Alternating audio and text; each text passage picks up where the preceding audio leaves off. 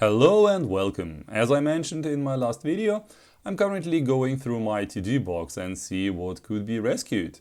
All of those parts I got either donated from viewers and friends, or I bought those online or at local flea markets. Some of the hardware is being in the TODO box for a very long time already. Many of the parts I tried at least to test and analyze if they have issues. Some parts just worked out of the box, and most of those I will not show, except they are something special or rare. Some of the parts I already tried to repair, some even a couple of times, but they landed back in the TODO box because I was out of ideas. At this point, I'd like to remind you that I am in no way an electronics engineer, and all you see here is just a hobby. You can watch my videos as an inspiration for similar repairs, but please take everything with a grain of salt. Some hardware landed back in a TODO box because unfortunately I couldn't find replacement parts. Like this legendary Gravis Ultrasound, which I got donated from Stibor from Slovenia a long time ago. To be honest, I invested a lot of time trying to find what's wrong with it. I went the usual path, checked the voltage, crystals, traces and shorts, and everything looked fine. I'm not going to show the full story because every idea was a dead end. My suspicion fell eventually on the main GF1 chip. One day another viewer of my channel has lent a very similar card to me and I could swap the GF1 chip. My fear was unfortunately confirmed and the chip turned out to be dead. As far as I know, this is the most common failure on these cards, and sadly enough to find a replacement for a GF1 is nearly impossible. Well, I collect sound cards and it's nice to have this one at least as a showcase. Luckily there is today a new recreation of it called PicoGus. Since this card is digital and only with sample-based MIDI, it has no analog synthesizers, which makes it possible to let the remake sound identical to the original. In theory, it is an option to recreate a GF1 replacement with a generic microcontroller, reusing the work from the PicoGus, but that is maybe a story for another day. I'm still glad to have this card in my collection, even if it's not working, and I guess after all the trials and fails, I can remove it from my TODO box. The next card is one of hundreds, if not thousands, of Sound Blaster Pro clones. This card is interesting in some ways. On one hand, it supports also 16-bit sound using Windows Sound System, which is implemented in this bigger analog devices chip. Also, this card should provide OPL3 FM sound, which sounds pretty identical to the original Yamaha OPL3. In fact, this is one of the many clones of the Yamaha YMF262 chip, which could be found on many cheap sound cards. I will not go into details in this video, but I would like to make a separate video about this topic. The point is that this card should be a good Sound Blaster Pro 2.0 compatible sound card for DOS gaming. This card didn't work at all because there were some bent and shorted pins on the bus controller which I had to straighten and resolder. The accordant solder pad was also ripped off and had to be restored. Somewhat confusing about these cards are the jumpers. Unfortunately, there was no entry yet on the RetroWeb, but I had information about another revision of this card which is very similar.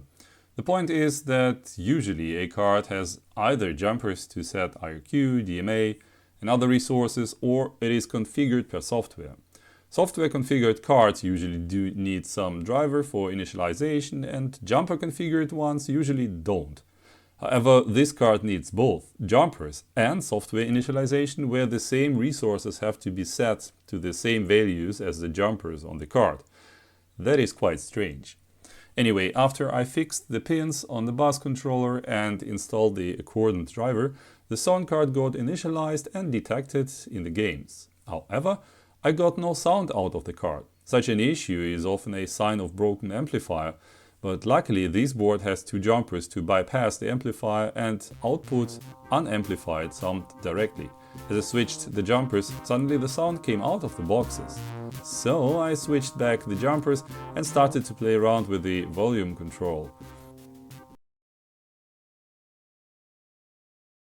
At some point I could hear sound from one channel, so I started to push and twist the volume control a bit and suddenly both channels were working.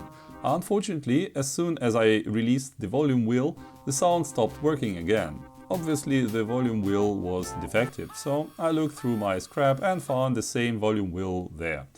Fortunately, after replacing it, everything worked fine.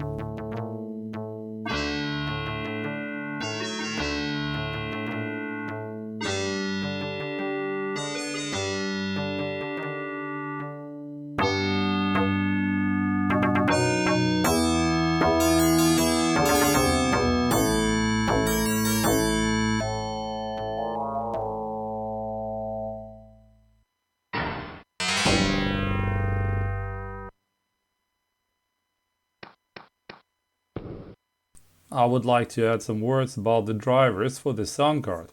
As I tried to install those, I ran into some issues. I couldn't install the drivers from the floppy drive since it hung right in the beginning. Luckily, the whole software is just a set of LZH archives which I simply uncompressed to the hard drive. After that, I ran the program gsetup.exe, which allows to set up the IRQ and DMA. This tool created an entry in the config sys which then initialized the card on the reboot. 7, 7, 7.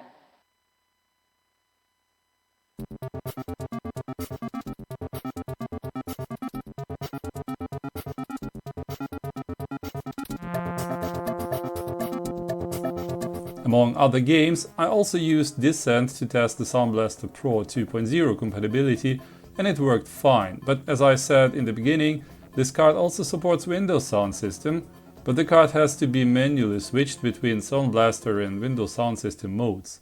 For that, there is a tool named gscmode.exe, which can be used to switch the modes and which I used to enable the Windows Sound System mode. After that, the card was automatically detected as Windows Sound System, for example in Descent 2 setup, providing 16-bit digital audio. 0, 0, 0, 0, 0, 0. Of course, FM worked as a normal OPL3.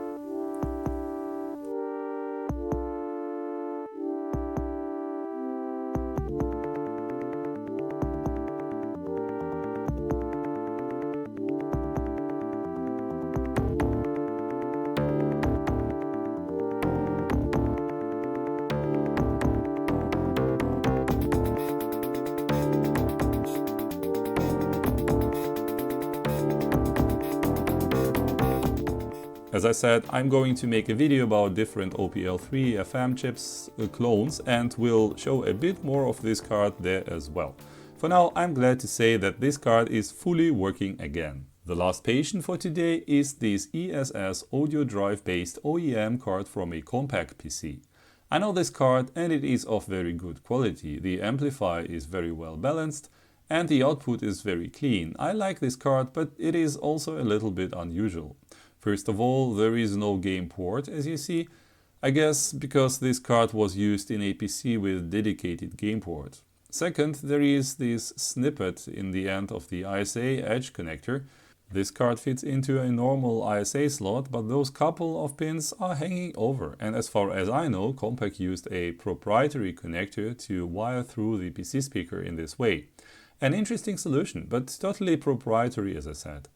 The problem with this card is that it doesn't get initialized at all, neither by the Unisound driver nor by the original ESS. The voltages are all fine, but the card doesn't respond to initialization. In such cases, it's worth to check the ISA bus connection to the sound chip. On some cards, like the previous one, there is an additional transceiver between the data bus on the ISA slot and the chip. That chip sometimes gets faulty and this sound chip can't communicate with the ISA bus anymore. If we look at the ESS card, there are no additional chips and the data lines go directly into the chip. So what I do in such cases is checking every line of the ISA bus for continuity. And here we have the data line D0, which has no connection to the chip. It goes up to a resistor, and after the resistor there is nothing. The resistor has a value of 33 ohm, and my multimeter beeps with everything below 45 ohm. It is quite obvious that the resistor is dead. There is no continuity. Here once again you can see how the connection to D0 comes out through a wire and goes to the 33 ohm resistor. And on the other side there is no connection. Nothing. Just to compare, here is another 33 ohm resistor which hangs on D1 data line. Here we have a connection to the resistor, and after resistor the multimeter beeps again because the resistance is below 45 ohm. So this resistor is fine. The other one is dead and has to be replaced. So I replaced the resistor. Let's give it another try. Yay, and the card gets initialized properly. The detection seems to be also okay. Now let's check the sound. 0, 0, 0. 0, 0, 0. 0, 0, 0.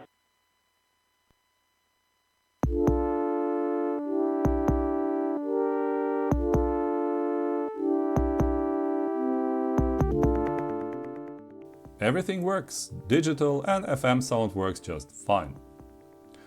As I said, this card has a very good audio quality, but it has no gain port, which could be a problem if you want to connect external MPU 401 compatible synthesizer.